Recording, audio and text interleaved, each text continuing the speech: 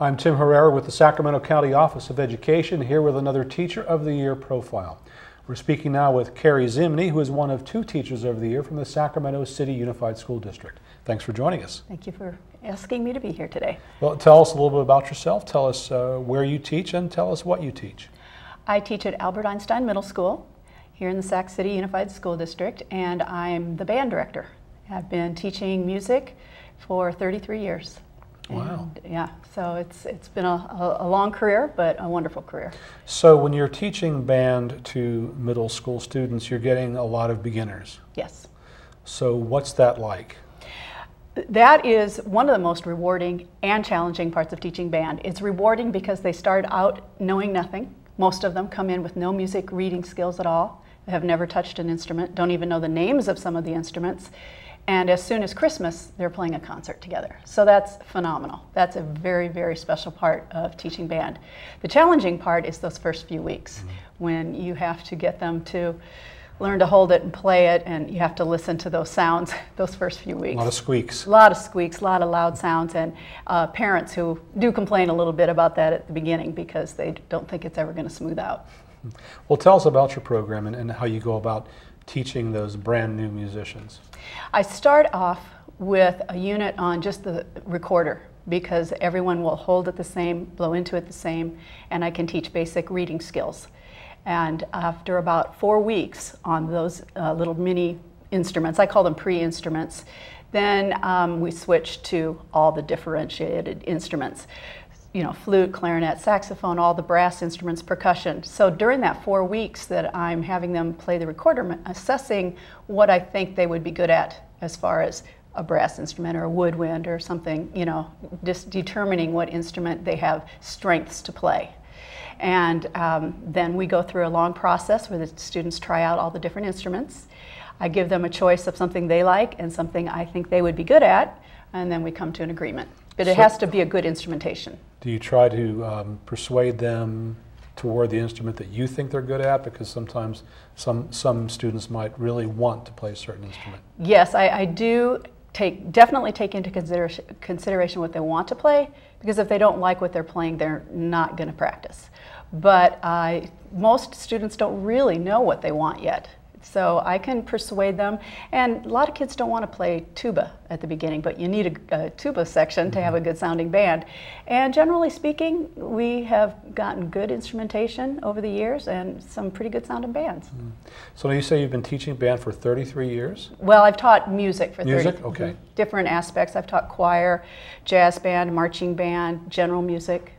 So what kind of changes have you seen across the educational scene in all those years that you've taught with regards to music?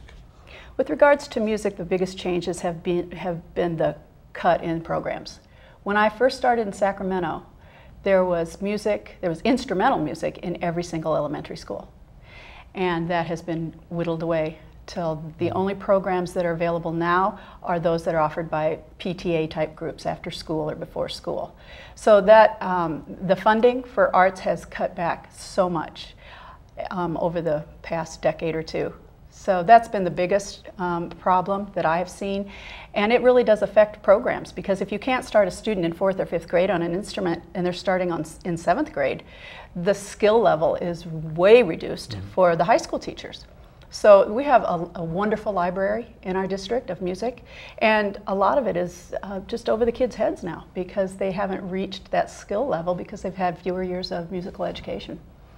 So how does it make you feel as a lover of music that there's this continuing de-emphasis on the arts? I mean, how does that create special challenges for you to keep promoting it? Well, it's frustrating because as there is a decline of interest or a decline in funding, there's been a decline in interest as well. So you raise a generation of people who haven't been exposed to the arts on a regular daily basis. So then when they become taxpayers and citizens, they don't have that, a lot of times there's not that same passion. So it creates a cycle of disinterest, and that has been one of the biggest problems because you're always fighting an uphill battle to get people interested in paying attention to the arts in school. So what can we do to change that? Well, definitely to create more funding. I think the trend in education to become to raise a generation of test takers has had a negative effect on the arts, because as we see students who are underachieving in academic areas, they start to cut the arts program so that they can put programs in to help those students. But we're not creating creativity, we're not helping kids learn to solve problems. All the things that the arts offer, that feeling of control of yourself and just camaraderie in a group, and like I said, creativity. All those things are put on the back barrel for academic classes and second math classes. I have a lot of students who can't take band because they have to take 2 math classes or 2 language arts classes. And that's a shame, because those sometimes are the kids who need a different aspect of a school day. You know, they need something else to come to school for. So as an instructor, then, do you find yourself, being instructor, fundraiser, all those other things to try to get a lot more interest into the program? Oh, definitely, definitely. And you have to get your kids out there to perform. It's important for my students to play in front of their peers. And luckily at Einstein, it's okay to be in band. It's not a nerdy thing to do. So my program's pretty big. I have 5 classes of band, and a lot of band directors just have a couple of sections of band, and then maybe they'll have to do a keyboard class or maybe even a computer class or something else. But it's a healthy program there, because I try to get my students to go out and perform in other areas too, just to get the word out that music's cool. And with programs like yours, parental support is huge as well. Yes. On the trips that we take, it's wonderful to get parents to, chaperone, and even with fundraising efforts, they have to buy into that. And so, yeah, having a strong parent base is a good thing too. So what's it like for you as a teacher of a beginning musician to see that kid come in on the first day and have no idea what to do, and then by the winter concert there's a spark of something, and then by the spring concert it actually sounds like a song. Yes, and actually at the Christmas concert it does too. It's just a little rough around the edges by then. Yeah, absolutely. But it is very rewarding, and it's also rewarding to watch the parents, because the parents are thrilled when they see that final product. So those are the things that keep me going. And I actually, on that first day when they walk in, and those kids that don't know anything, I'm very excited for them.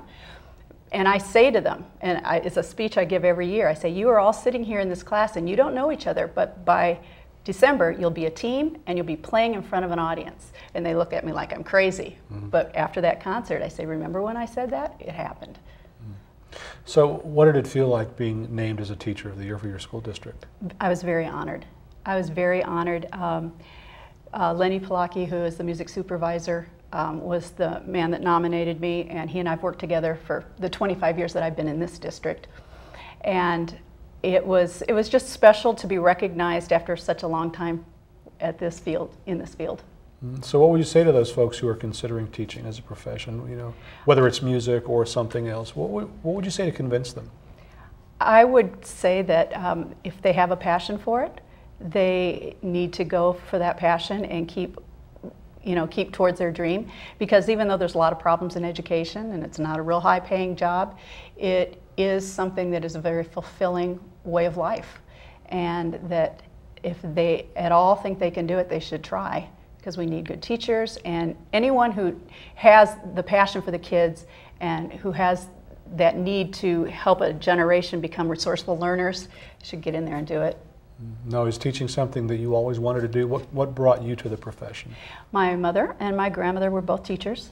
I can remember so well my mom talking about her students, and she would say, I laid awake last night wondering what I can do to get little Billy to learn to read. He's just having so many problems. And I saw how it was just such a part of her, and I knew pretty early on that this was something I wanted to look at. And then when I was a 6th grader, I had a wonderful teacher, and that was the year I really decided I wanted to be a teacher, although at that point I didn't know what I would teach. So through the years, as I became more and more involved in music, it just was a perfect pairing, education and music. Well, congratulations to you on being named a Teacher of the Year for the Sacramento City Unified School District. Thank you very much. We've been speaking with Kari Zimny. Thanks. Thank you.